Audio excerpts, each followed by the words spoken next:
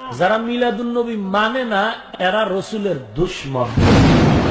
সামনে বলে গেলাম মিলাদের আলোচনা উলামায়ে দেওবন্দের আকীদা, হাটাজারি উলামায়ে কেরামের আকীদা, তাবলীগ জামাতের আকীদা, কওমি উলামায়ে কেরামের আকীদা, সত্যিকার সিরাতে মুস্তাকিমে যে সমস্ত উলামায়ে কেরাম আছে তাদের আকীদা হলো মিলাদের আলোচনা যতই করবেন নফল নামাজের সওয়াব পাবেন, মিলাদের আলোচনা যতই শুনবেন নফল নামাজের সওয়াব পাবেন।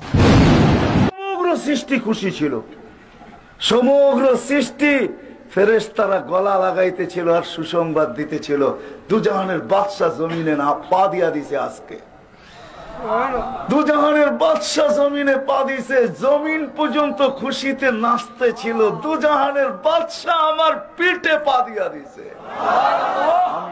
আপনার হৃদয়ে আছে, আপনি কি মিলাদুন নবীর মাস আসছে, আপনার মাস আসছে কি হয়েছে? অন্যান্য মাস যায়, আপনার কাছে কি হয়েছে আপনি বলেন? আমি তো বলি যে যারা বলে সমস্ত ঈদের বড় ঈদ, একবারে সহি কথা বলে। মুহাম্মদ রাসূলুল্লাহর আগমনের চাইতে আর বড় ঈদ কি? আল্লাহ বলছেন কোরআনে,